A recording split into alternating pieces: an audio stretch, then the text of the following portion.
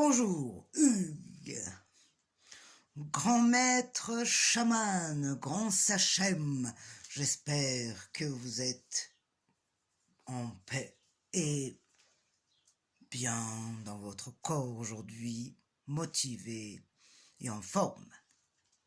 Comme dit le proverbe amérindien, agis maintenant si tu vois ce qu'il faut faire et fais-le. Élève-toi si tu veux vivre un amour plus grand, plus vaste et surtout, fais du bien à ton corps pour que ton âme ait envie d'y rester. Bonjour à tous, j'espère que vous allez bien, que votre enthousiasme est toujours aussi vert que notre arbre qui pousse et s'étoffe petit à petit, déployant ainsi l'envergure de notre être. Ta-ta-tam. Soyons clairs, une personne aguerrie en vaut 2, mais en vérité, elle en vaut 10. Car pour soigner la trajectoire de sa flèche, il faut aimer les mains qui tiennent l'arc. Le titre d'aujourd'hui que nous allons inscrire sur notre cahier sera l'axe. Et oui, l'axe, c'est celui qui maintient, qui structure, c'est le centre, celui sur lequel on s'appuie. Je fais face quoi qu'il arrive, qu'il neige, qu'il pleuve ou qu'il vente, dit l'arbre, car je me sais garant de toutes ces petites vies que j'abrite à l'ombre de mes branches et qui demain deviendront des fils du vivant.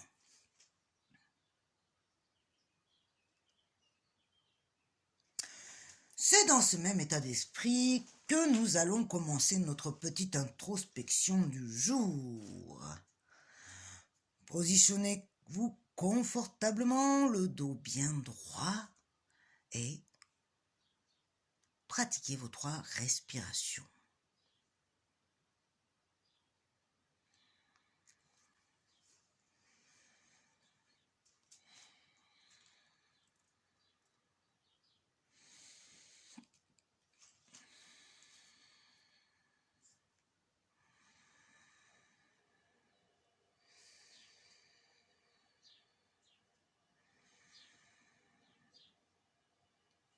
Super.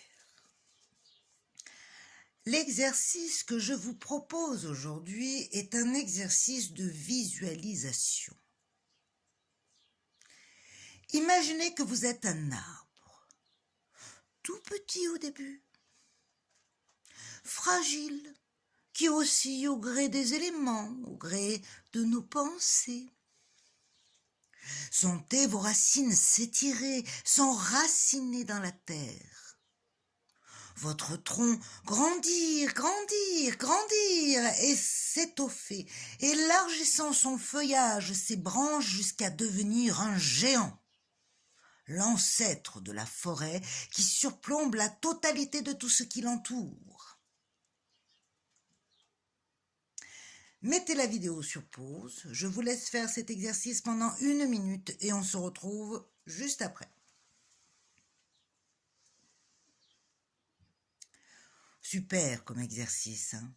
Moi j'adore. Et en plus, il nous aide à nous renforcer et à nous ancrer. Il peut même être décliné de différentes manières. Par exemple, étirer ses branches jusqu'à l'encontre des autres.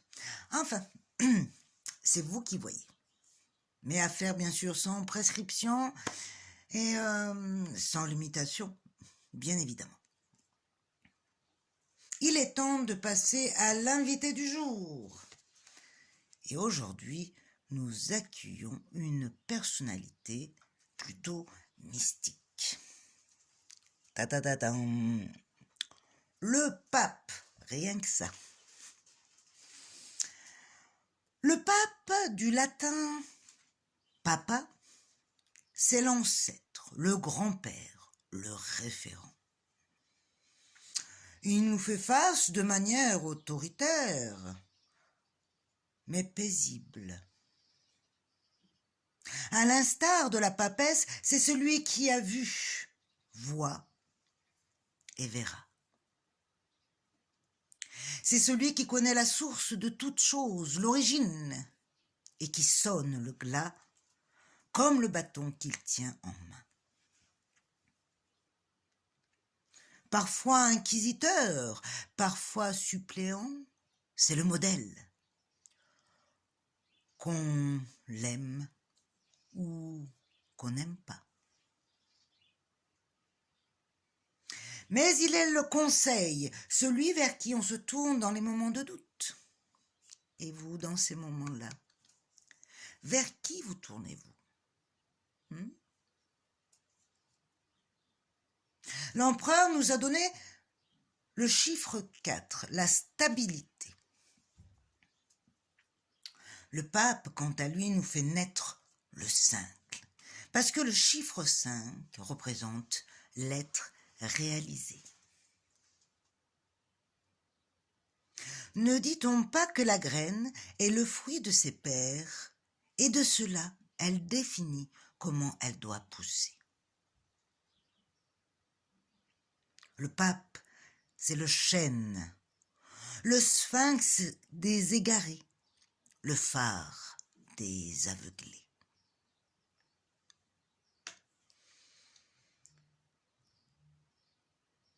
Le travail qui va nous incomber aujourd'hui s'écarte un petit peu de notre avancée. De quelle origine sommes-nous faits? Nous ne sommes pas le fruit du hasard, non, mais plutôt le rendu de toute une lignée. Même la plus haute pierre d'une montagne est portée par 100 000 autres rochers, riches de leur expérience, qui lui en font cadeau.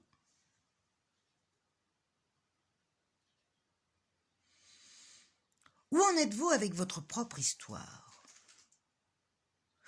Pourriez-vous répertorier tous les acteurs de votre vie, enfin du moins de votre famille? Et quels principes vous ont-ils appris? Admettons, si vous deviez mettre une étiquette à chacun, quelle référence vous marqueriez dessus? Exemple, tonton Roger qui râlait tout le temps, ou ma mère, l'amour ou bien l'étouffement. Mon père, la rigueur ou l'aventure et le danger. Mamie Michou, la gourmandise. Que vous ont appris tous ces êtres? Restez concentrés aujourd'hui seulement sur la famille. Une fois cela fait, amusez-vous à les mettre en lien avec toutes vos limites, vos manques, vos idées préconçues, vos références finalement, vos peurs, vos défauts et vos qualités. Voyez ce qu'il y a de commun à vous et ce qui vous est propre.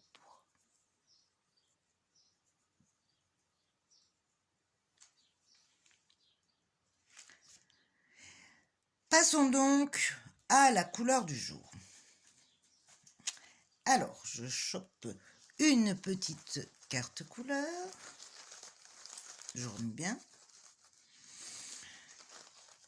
Ok. Et je tire le 12, lumière, du vert. C'est en harmonie avec le contexte. Je prends mon livre et je vais lire l'éclairage de la carte.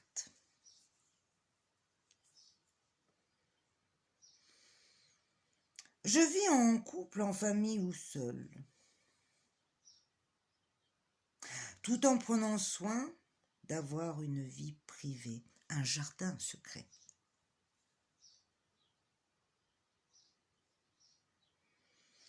J'ai beau vivre une relation épanouissante,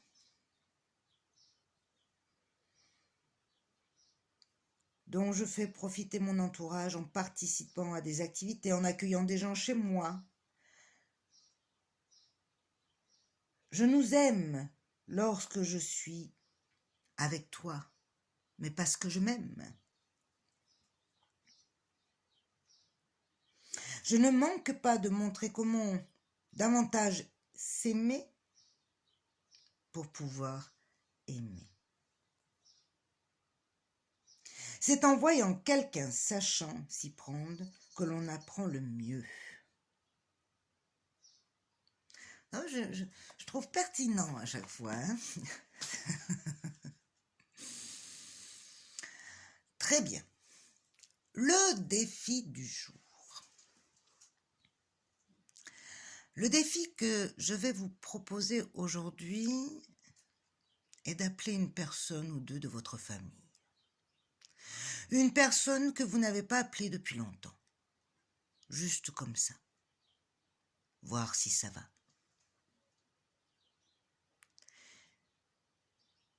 N'oublions pas qu'en cette période trouble, des êtres se dévouent. Peut-être pour réparer la faute des autres, mais ils font ce qu'il faut. Et que peut-être, l'un d'eux fait partie de votre famille.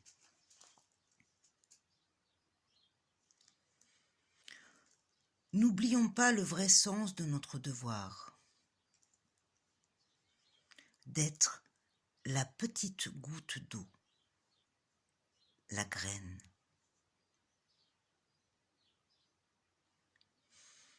Je vous laisse avec l'anecdote du jour. La peau du tambour chante l'âme de celui qui l'a porté. À demain, et en attendant, portez-vous bien.